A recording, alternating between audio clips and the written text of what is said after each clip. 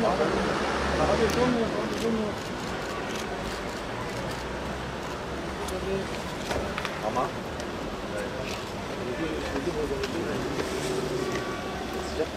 İyisiniz? İyiyiz. Teşekkür ediyorum. Gelin bakayım. Gelin. Gelin sana. Gelin. Tamam, hadi beraber. Evet. Matbaa İnovasyon Merkezimiz hayırlı olsun diyoruz. Evet. Destek. Diğer sınıflarda vardı. Onlar şu an oradaki işler. Bunlar öğretmen eğitimi sırasında öğretmen arkadaşların yaptığı çalışmalar ama bizim beklentimiz öğrencilerin yapması ve bu şekilde bilgiye sahip ulaşmaları. Önce sistem çalışıyor. Batman'da güneş de çok. Onun için haftada üzerine çalıştığı şey güç panelleriyle enerji üretiyor, yenilenebilir enerji kapatıldığında çalışıyor. yavaşlıyor.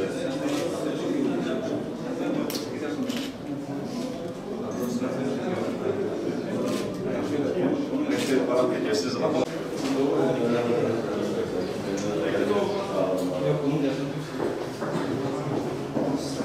Görebilecekler öğrenciler. Burada tamamen yaşayabiliyorlar. Bir iki ünitemiz çalışıyor. Deneyebiliriz. o yani 20. yüzyıldaki şeyi Endüstri 4.0 bunu yakalayan. Bunlar hazır geldiği saymalar. Bunlar öğrencilerin işte ileriki zamanlarda bozuk teker yapabilirler. Yani Nasıl onu? tabii tabii. Bunlar burada şeyler var. Zincirleri. Ona göre Siyah bandı izleyen çizgi robot, çizgi izleyen robot çalıştığı insan. Robot çizgiyi izlemediği, İstersen çizgiyi kaydetseydik. çizgi dışına çıktığında kendi hesabında dönüp çizgiyi bulur. Eğer çizginin sonuna gelirse de kendini 180 derece döndürüp döngüye tekrar çizgiyi dönür. Bu robotu kullanabileceğimiz alanlar otobanlarda araçların şerit dışına çıkmaması için şerit ihlali yapmamaları için olabilir. görüyor. Öndeki tren mesafesi yaklaşım araç otomatikman frene basıyor. İsterseniz çizgi dışına çıkaralım.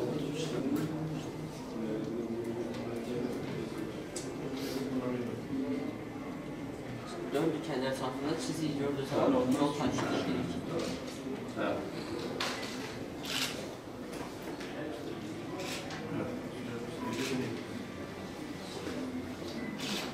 Nasıl gidiyor? Başladık diyorsunuz. Güzel değil mi? Hem heyecan verici, hem öğrenmek güzel. Teknolojik anlatımlarını yola çıkarak inşallah kendi tasarımlarınızı yapacaksınız inşallah. Değil mi? İstediğimiz o. Niye olmasın? Çünkü geçmişimiz ama bilim adamlarımız Avrupa'da daha bilim çok fazla gelişmemişken İslam coğrafyamızda kendi bilim adamlarımız neler yapmıştır? Matematikte, astronomide. Yani onların kitapları okunmuş. Uzun süreler üniversitelerde, Avrupa üniversitelerinde bizim geçmiş okullarımız kitapları okunmuş.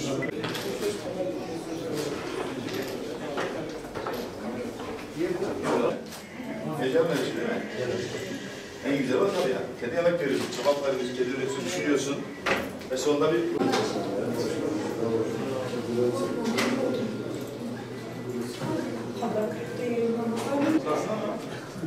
İnsanlar toplayamaz. İnsanlar toplaması tehlikeli. İnsanlar toplanırsa tehlikeli. Bu görüyorsun. Sayın Valim. Evet, şimdi burasını biz bir inovasyon merkezi olarak planladık, açtık. Buradaki amacımız biliyorsunuz artık çağımız Endüstri 4.0'ın konuşulduğu ve uygulandığı bir çağda yaşıyoruz. Bizim artık ülke olarak da katma değeri yüksek ürünler üretmek zorundayız. Yani hem bilgi üreteceğiz hem sahip olduğumuz bilgiyi teknolojiye çevirmemiz lazım ki gelişmiş ülkelerle rekabet edelim. Hedeflerimize ulaşalım. İşte burada hem sistem eğitimi, kodlama eğitimi, robotik eğitim veriliyor çocuklarımızda. Amacımız burada hem fen bilimleri, matematik alanlarında mühendislik bilgi becerilerinin çocuklarımızla burada temel eğitimini verelim istiyoruz. Ve burada kendileri mevcut projelerden yola çıkarak yeni projeleri de kendileri yapsın. Bir inovasyon sağlansın istiyoruz. Bir inovasyon olsun istiyoruz çocuklarımızın kendi düşüncelerinde. Çok yetenekli çocuklarımız var. Öğretmenlerimize o eğitimler verildi. Şimdi öğretmenlerimiz aracılığıyla da öğrencilerimize bu eğitim veriliyor. Çok güzel bir eğitim birimimiz burası. Son derece teknolojinin kullanıldığı, Batman'da ihtiyacımız olan bir yerdi. Biz Batman'da nitelikli eğitime kararlı adımlar diye bir projemiz var, hepiniz biliyorsunuz. Burada hem Batman her yerde okuyor kampanyamız bir taraftan da çocuklarımızın bu teknolojik becerilerinin de yaygınlaştırılması, inovasyon bilincinin geliştirilmesi için özel çabalarımız var. O çabalarımızın bir tanesinde burada çocuklarımızı bugün ziyaret ettik. İnşallah buradaki sayılarımızı arttıracağız. Yani mahareti olan, yeteneği olan her çocuğumuzu biz buradan faydalandırmak istiyoruz. Ben de çocuklarımızı tebrik ediyorum, hocalarımızı kutluyorum. Tabii bu projeyi biz Batman Valiliğimiz koordinesinde Dicle Kalkınma Ajansı desteği, özellerimiz, Milli Eğitim hep beraber koordineli bir şekilde yürütüyoruz. İnşallah buradan yetişen çocuklarımız da yeni buluşlar yapacaklar, yeni icatlar yapacaklar. Katma değeri yüksek ürün üretmemizde etkisi olacak bu çocuklarımızın da. Kodlama eğitimi görüyoruz. Burada manevi değerler yanında inovasyon eğitimi falan görüyoruz. Bir robotu nasıl inceliyoruz, robotları inceliyoruz, mühendislik falan.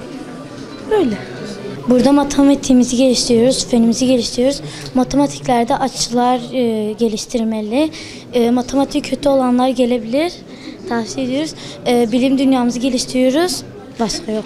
Biz buraya robotik kodlamayı öğrenmek için geldik. İlk iki farklı sınıfımız var. Bu sınıflardan bir tanesi robotik kodlama yapıyor. Öbür sınıfımız ise sistemi öğreniyor. Robotik kodlama yapan sınıflarda 3D ve 2D oyunlar yapıyoruz. Oyunlarımızın amacı hep başka ülkelerden oyun alıyoruz.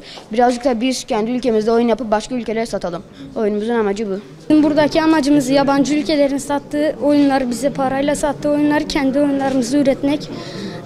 Bizim buraya gelme amacımız ise işte matematik olsun, fen filan olur. İşte fen öğreniyoruz mesela, matematik içinde var bunların. Hepsinin içinde bir dersimiz var buradaki kodlama eğitiminde. Bunlar yani. Biz buraya kodlama amaçlı geliyoruz. Geleceğe uygun aletler, icatlar yapmaya çalışıyoruz.